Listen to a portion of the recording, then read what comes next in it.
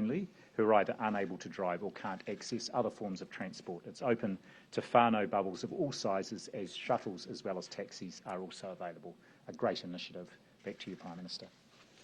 Thank you, Dr Bloomfield.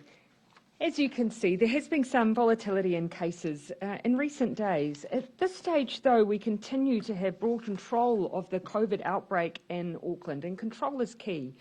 We simply do not have enough people vaccinated in Auckland or in New Zealand to tolerate a widespread outbreak. But maintaining that control is not a given, and the public health team in Auckland need our help. Firstly, while we put on the individual armour of the vaccine, we still need the restrictions that we're using. I know they're hard. I know they're incredibly hard, and they will ease. But for now, they're doing a job for us. That's why we need people to keep following them. And this is also an important time to remind people that this is not an outbreak that is in one part of Tamaki Makaurau. In fact, we have a cluster at present in West Auckland. That's why we need everyone on high alert, but with a particular focus on some of the new additional suburbs we've talked about today, Henderson and Papakura. We're asking people with even mild symptoms to be tested in those areas, but again, across all of New Zealand, if you have symptoms, please be tested, but particularly Henderson and Papakura we're adding to our list. The second ask, again, as always, is vaccines. Since the outbreak began, Aucklanders have turned out in force to get vaccinated. And they've done a brilliant job, but there is still some way to go. We need everyone to be double vaccinated. We know it can and will make a difference, even for this outbreak. Only 3% of our cases in this outbreak were fully vaccinated. Obviously, the vast majority were not. Vaccines matter. They keep us safe. They're helping us to control this outbreak, and they will literally give you choices in the future.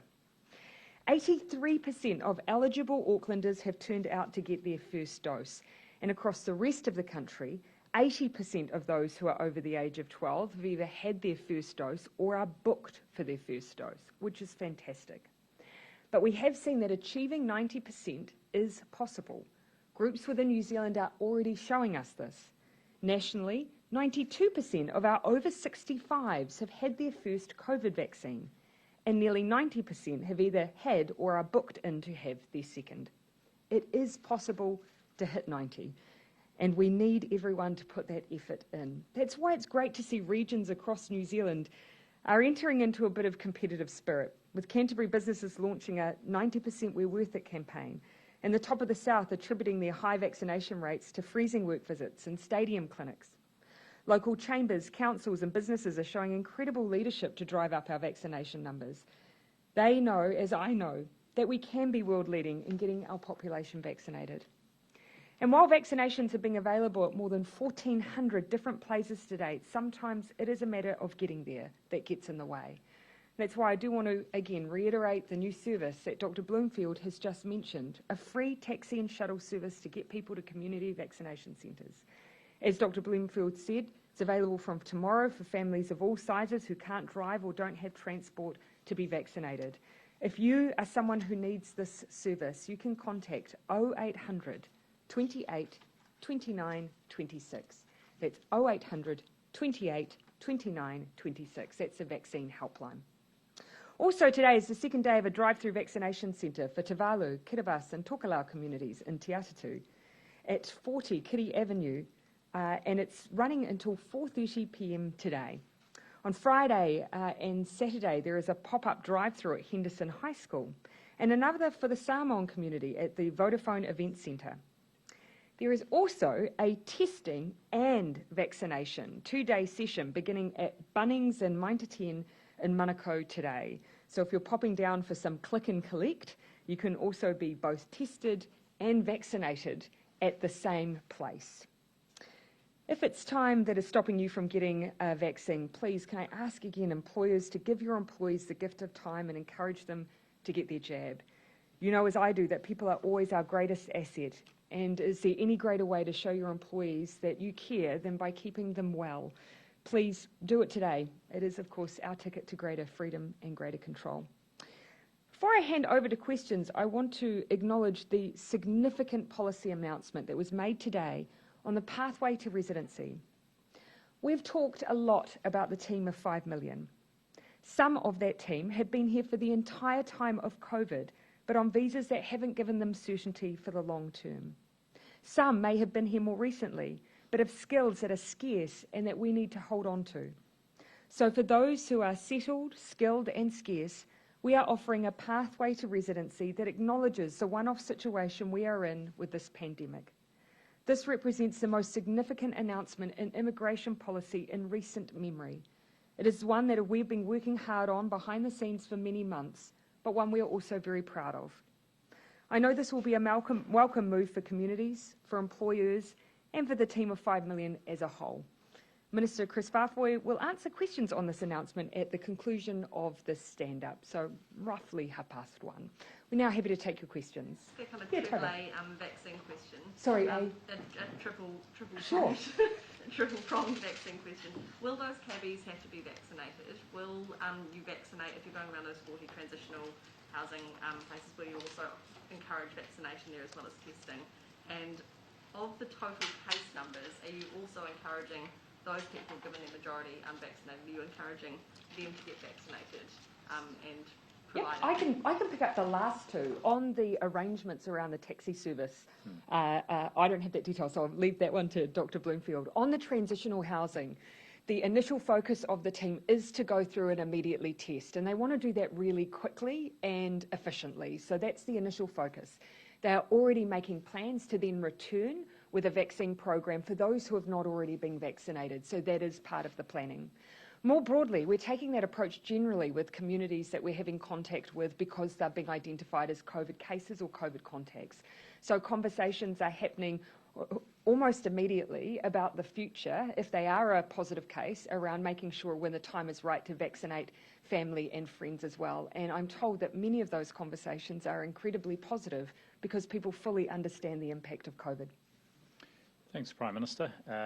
Just on the testing vaccination, the team in Auckland is moving to roll out more combined testing vaccination opportunities, and there's one today at the Manukau, outside the Manukau Bunnings, which I think there's a mitre 10, and it's quite a big car park, so you can go and get your vaccination, and a free test thrown in as well. So same bus, different sides of the bus. Is there a sausage? Bound to be. You can judge whether the mitre 10 or the Bunnings sausages are better. On the question about the cabbies, they're not required to be vaccinated, but I would be very surprised if the cabbies in Auckland, not just in the blue bubble, but other cabbies haven't been vaccinated. Level question.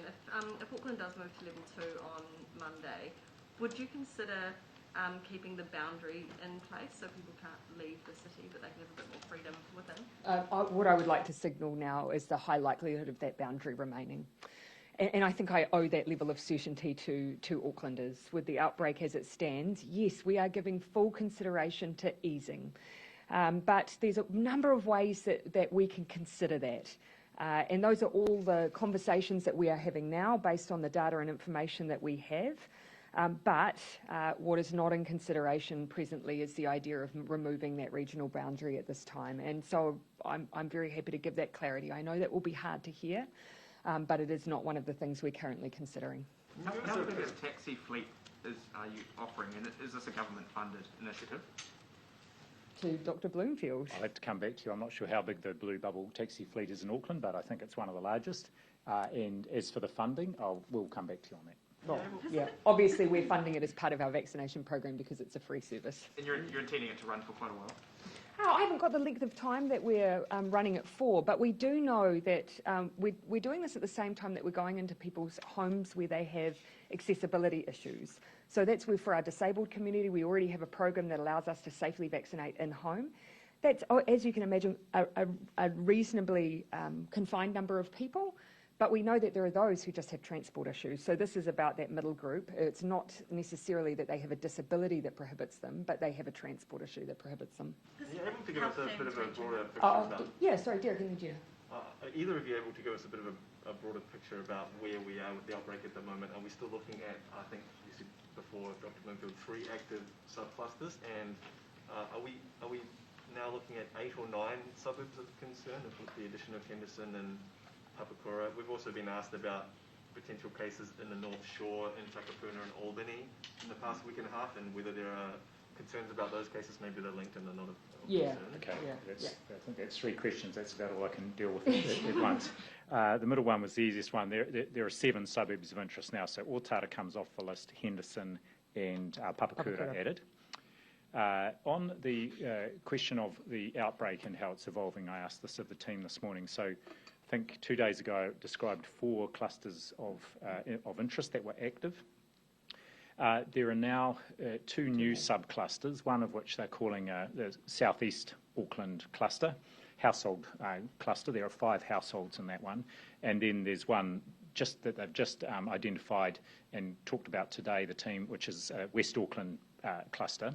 And it's those 2 sub-clusters that are really giving rise to the new cases at the moment. So of the other ones that were active, only one of those... none of those have actually had new cases in the last few days. So it's really these 2 newly identified subclusters that are the ones giving rise to the acute cases. And just to give some context on those, we had this discussion around the source of those two new clusters, the Southeast Auckland and West Auckland. And for one of them, there appears to be a link to an existing cluster, but it's being identified in its own right. And with the other, it seems that there's likely to be another link as well to an existing cluster. But given just what the team are managing, they're being identified separately. Other gang members and the transitional housing places, are they part of those 2 subclusters that you've identified, or are they part of older ones? Certainly with the southeastern Auckland cluster, there's some of the households involved are transitional housing, but there are no specific gang-related households involved in either of those 2 clusters, new subclusters. And unlinked cases in the past fortnight, where do they fit into in the picture, and are they also in those suburbs or subclusters that you've identified? I'd have to come back to you on that, but at the moment, our total number of unlinked cases as at the end of yesterday 15. was, I think, over the past 14 days. Yep, and actually... Yeah. Okay. I think the media releases is going to has more than that. What we might do is come back and consolidate, because obviously, as you know, when we go back in the previous 24 hours, we're often able to draw those linkages, and that reduces down our unlinked cases. That's the report I've had on the daily today, but we might come back to you tomorrow with that unlinked consolidated list for you. Often over time, and as you'll hear us referencing, whilst we've got these 2 new clusters, we still believe that there are linkages back into our existing outbreak, even though some of them may not have a conclusive source. There's been a positive case Gina. There's been a positive case in Albany at a group of apartments. Is that one of the unlinked cases? And if so, does that mean the spread of the virus is increasing across Auckland? I don't know exactly, because Albany didn't come up with any of the discussions, but I think that case is linked to the West Auckland grouping, but we can come back and confirm that with you. I have a theory on which one I believe you're speaking about, but I don't want to be wrong, so I won't hazard my guess on it. And Pacific Health teams reaching the most vulnerable, like those in emergency accommodation, saying they want more control of the response, as the vulnerable families are often dealing with multiple people from DHBs, public health, which creates confusion, anxiety. Why is there still confusion and frustration 18 months into this pandemic? Well, I'm actually quite surprised to hear that, because that's very much not the message we're getting. In fact, there's a very clear approach now in Auckland. It's been not just in this outbreak, but it started in August last year with the South Auckland outbreak, but certainly in this outbreak very early on with that very large number of cases in households and Pacific churches. There was a strong handover, there was a very visible handover of the leadership of following up with those households to our Pacific providers there. And likewise, in the last couple of weeks, we've had these cases and groupings emerge in emergency and transitional housing. There's a specific incident management team has been set up, led by, actually not the Public Health Unit, but by the Northern Regional Health Coordination Centre, but with a whole range of government agencies and other providers, Māori, Pacific and mental health and addiction providers involved. I think the easiest way, we can just literally call those providers after this press conference and just try and establish what might be going on, because Certainly as far as we're advised, our teams on the ground are working really closely together. We know those providers often have the closest links and relationships with family, and so we've been very proactively using them and funding them to support the response. So we'll see if we can weed out what's going on. Oh, Joe, I'll let you finish, and then I'll come over to Māori TV, yeah. If it's, thank you. oh, is it related? Is it? Mine's related. Yours? Oh, I'll quickly finish with you, Joe, and then I'll come over, yeah.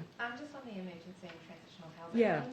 And it might be for you, Dr. Bloomfield, can we just get a bit more clarification? Are we talking about sort of a few households? Are we talking about sort of dense, lots of apartments?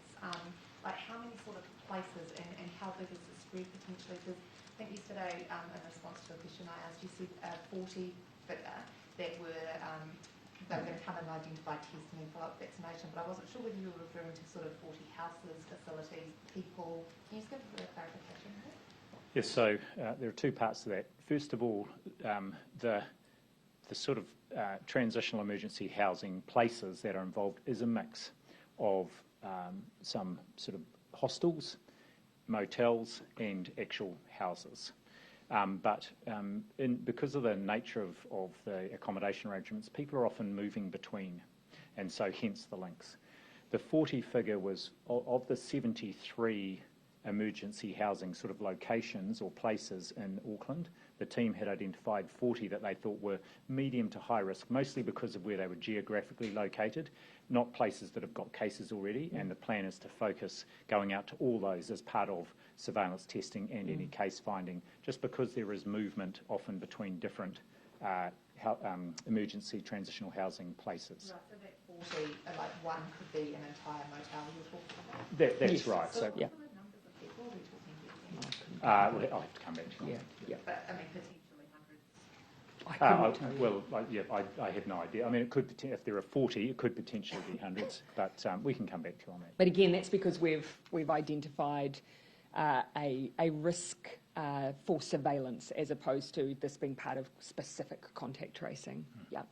Yeah. Thank you. Dr. Bloomfield, just in regards to the person who was in Kaitaia on the 17th, went to Auckland, was arrested on the 23rd, later tested positive.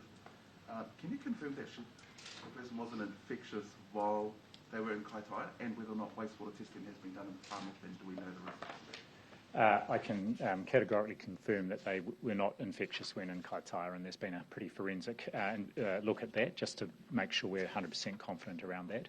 I know there is wastewater testing done in Kaitaia, as in a number of places in the north, and we'd have to go back and have a look at the results to see what those showed at around that time. The person was arrested and processed at the Waitakere police station. Is there any connection between the closure of the Waitakere police station and the current subcluster in Henderson? Not that I know of, no, but we can just check that. Sorry, would you tell me your Kaitaia date again that you were interested in? 17th. We had a negative wastewater test in Kaitaia on the 21st, for what it's worth. Yeah. I'll come in here at the front and then come back to you at News Hub and then Ben. Yeah. On long COVID, that was a stark warning. More than one in three. We have a sizable chunk in New Zealand who are already suffering from long we COVID. do. What's the plan for them? Yeah. What's in place? You're absolutely right to point that out. I mean, although we have a small, relative to other countries, number of cases of COVID in New Zealand, there are people who, particularly through that first lockdown, who experienced COVID, well over a year ago, who continue to report symptoms. I've met and spoken to several of those individuals, and it's devastating the impact that COVID has continued to have on their lives. The research here is incredibly important, making sure that our health system knows to continue to work and support those individuals, but also just working hard to prevent too many other people from experiencing potentially the effects of long COVID. But on the medical response, Dr. Bloomfield. Yes, two things I'd like to point to. One is we've got a clinical pathway in place now for primary care to use to help diagnose and support people with long COVID symptoms. And I was reading an article about this over the weekend that actually there are sort of 3 different clusters of symptoms that have been identified in the international research, and they're quite extensive range of symptoms. So that's one thing that's in place. And the other is we have funded a study of people in New Zealand who, and that's getting underway, people who have had COVID, to follow them to see what the long COVID symptoms are that they have and what happens prospectively in terms of symptom resolution or what else happens. Do any of those plans sort of involve helping with doctors' bills or? There's no specific funding at this point.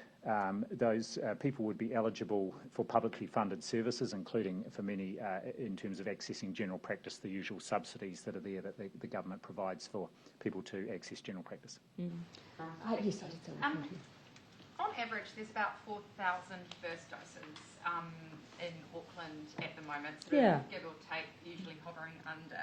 So on some back of the envelope maths, that would take roughly 60 days to get Auckland to 90%. Is that sort of what you're planning for? Is that good enough? And how are you going to ramp that up so it's not going to take 2 months to get to the 90%? So whilst I haven't run that exact calculation based on what we said, yes, we are at about 83% at the moment. But what we know is that actually we have the ability to get to 90% very quickly. We have all the capacity we need to achieve that goal pretty much almost immediately. So really it comes down to all of us.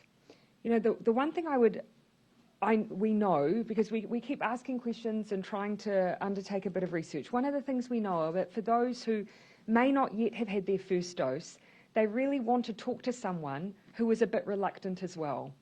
So if you're someone who is reluctant to get their first dose but made the decision to do so, please go and talk to someone else. It will make a really big difference to helping them make that decision. We're at the hard end now. Those who took no convincing, they're done. We're now at the people who need a conversation, so please be one of those people who reaches out and has one. And on the Auckland boundary, how long can we expect that to be in place? Well, of course, we want to get to a position where we can have movement again. Obviously, it causes, a huge amount of work for managing the boundary safely, and also a huge amount of stress and anxiety for those who are separated. So, of course, we want to get that movement back, but it needs to be safe.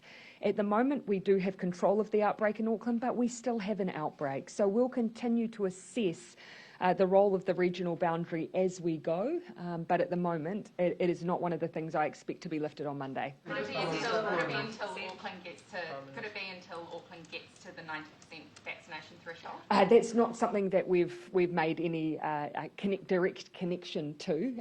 But again, what I would say is our models are already telling us that vaccines are making a difference to this outbreak. So to help us continue manage this outbreak, to give you more freedoms in the future, potentially to access large gatherings in the future, please get vaccinated. Just following on from that, what are some of the specifics that you'd be looking for to ease that boundary? Yeah, and look, for us actually, the more obvious question for us is what we'll be looking for to ease restrictions. The boundary is not the first cab off the rank for decisions on Monday. There are other things that we'll be looking to that we consider lower risk for consideration. Okay, I'll take last question from Ben and then I'll hand over to Minister Farfoy. I've got one on COVID and one on immigration, if that's okay. Over the last few days, we've seen John Key and the Ardern National put out their drilling plans on COVID. Yep. It sort of ended the political consensus. I mean, obviously, there's been arguments on the margins, but I didn't know there was one. Well, it's close enough to one, and now it's obviously not there.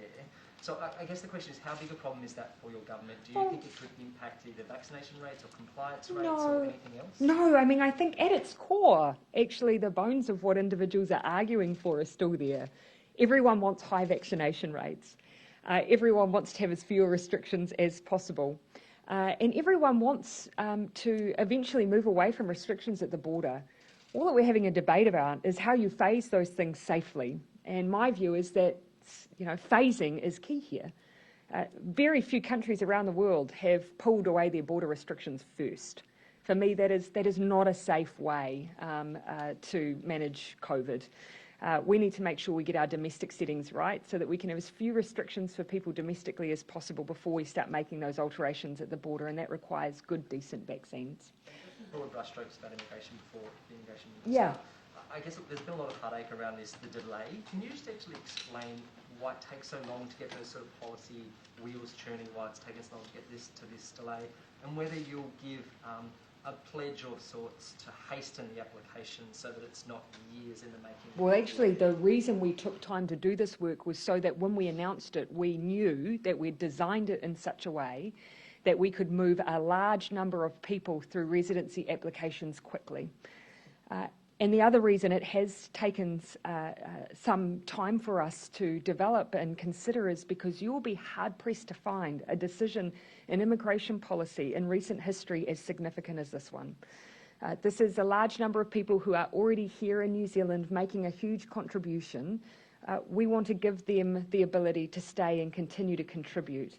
But that's not a switch that you flick lightly or quickly. We've considered it properly and well, and we believe it will make a big difference for those who will be affected by it.